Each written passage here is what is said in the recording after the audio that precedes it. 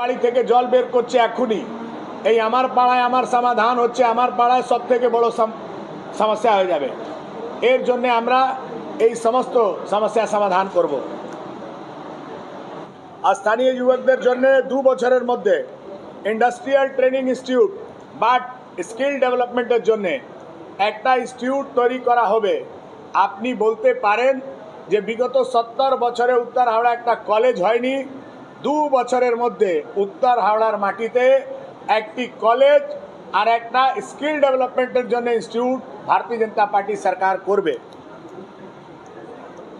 একটা আমার স্বপ্নের বিষয় আছে, Howrah station heritage station, Howrah bridge ऐतिहासिक হাওড়া ব্রিজ, তার মাঝখানে আছে Kolkata bus stand, Howrah bus stand, taxi stand, auto stand. Station থেকে বের হওয়ার পর এরম মনে হয় যে আপনি কোথায় চলে এসেছেন। 4টে পা যদি বাড়াবেন, একটা পা কোনো না কোনো জায়গা নোংরা জায়গাতে চলেই যাবে, চারিদিকে আবর্জনা নোংরা। আমার স্বপ্ন আছে বিজেপি সরকার হলে ওই পুরো এরিয়া হাওড়া স্টেশন পুরো চত্বর গঙ্গাধার থেকে নিয়ে দীঘা বাস স্ট্যান্ড পর্যন্ত world class bus terminal, taxi stand, auto stand আর মার্কেট, রেস্টুরেন্ট সব তৈরি হবে। এটা আমার স্বপ্নের হাওড়া। আমার মনে হচ্ছে যে আপনাদেরও এটা স্বপ্ন আছে। আপনার পরিবারের লোক, আপনার আত্মীয়রা যখন হাওড়ায় আসবে 3-4 বছর পর, এসেই ওরা বলবে যে এটা কি ওই হাওড়া যে হাওড়ায় আমি আগে আসতাম। ফিশ মার্কেট, সবজি বাজার, এরকম তো আপনি কোনো ছোট শহরে গিয়েও এত নোংরা পাবেন না।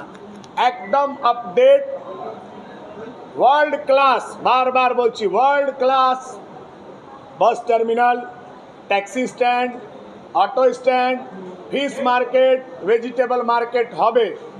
যত হাকার রাস্তায় বসে তারা রোজ কোনো না কোনো টিএমসি নেতাকে তোলা দিতে হয়, পুলিশকে তোলা দিতে হয়, সবাইকে ফিক্স দোকান করে দেওয়ার দায়িত্ব আমি আজ থেকে নিচ্ছি। বিজেপি সরকার হলে যত হকার ভাইরা রাস্তায় বসে দোকানদারি করে রোজ কোনো না কোনো মিছিলে হাঁটতে হয়, টিএমসি নেতাদের গালিগালাজ শুনতে হয়, টাকা দিতে হয়, এই সব থেকে মুক্তি পাবে সব হকাররা। ওই যে পুরো এলাকায় যে ডেভেলপ হবে ওখানে নিজের স্টল পাবে, পার্মানেন্ট স্টল পাবে, কাউকে না তোলা দিতে হবে না কারো মিছিলে হাঁটতে হবে, এই ব্যবস্থা করব। সত্যবালা আইডি হসপিটাল পশ্চিমবাংলার দ্বিতীয় সব থেকে বৃহৎ আইডি হসপিটাল। এই হসপিটালের অবস্থা খুব খারাপ, মাঝে মাঝে এর জন্য টাকা অ্যালট হয়, বিউটিফিকেশনের কাজ হয়, কাজ হওয়ার পর আবার সত্যবালা আইডি হসপিটাল জঙ্গল হয়ে যায়। সত্যবালা আইডি হসপিটালের অনেক প্রচুর জায়গা আছে। আমি উত্তর হাওড়ার মানুষকে কথা দিচ্ছি, খুব তাড়াতাড়ি সত্যবালা আইডি হসপিটালের খালি জায়গার মধ্যে 100 বেডের হসপিটাল যত দ্রুত গতিতে হতে পারবে একটা হসপিটাল করব। উত্তর হাওড়ায় আর একটি পার্টে একটা ভালো আপডেটেড স্বাস্থ্য কেন্দ্র তৈরি করা হবে। সাহেব বাগান মাঠ, এরকম অনেকগুলো মাঠ আছে, একবার সাহেব বাগান মাঠ ঘুরে আসুন। 4 নম্বর ওয়ার্ড, 2 নম্বর ওয়ার্ড, 1 নম্বর 3 নম্বর ওয়ার্ডের একটা বড় মাঠ, সেই মাঠে হাওড়ার পাইপলাইনের পাইপ ফেলা আছে, চারদিকে আবর্জনা, চারদিকে লোক নেশা করছে।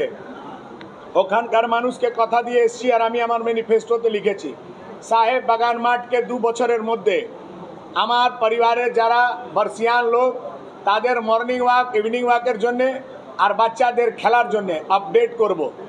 এই কাগজ প্রিন্ট হওয়ার পর আমি গিয়েছিলাম এইচআইটি পার্ক, এর পিছনে আছে এইচআইটি মাঠ, সেখানে গিয়েছিলাম। আমি গিয়েছিলাম, একটা স্টেডিয়াম আছে সেখানে, সেখানকার অবস্থা দেখে সেখানকার মানুষের সঙ্গে কথা বলে দেখলাম যে এরকম দুর্গতি যদি হতে পারে তাহলে এই টাকা খরচ করার দরকার কি ছিল। স্টেডিয়ামের অবস্থা দেখে আসুন, আরেকবার দেখে আসুন আপনি এইচআইটি মাঠের কথা। 2004 সালে সিপিএমের আমলে এইচআইটি পার্ক তৈরি হয়েছিল, স্বদেশ চক্রবর্তী আর উদ্বোধনকর্তা মোহাম্মদ সেলিম। আপনি গিয়ে দেখে আসুন, চারদিকে জঙ্গল, এত সুন্দর জায়গা, সে শুধু মেনটেনেন্স করার জন্য, মেনটেনেন্স নেই বলে সেটা জঙ্গল হয়ে গেছে। আমি ওখানকার মানুষকেও কথা দিয়ে এসেছি, সেটা এখানে লেখা নেই।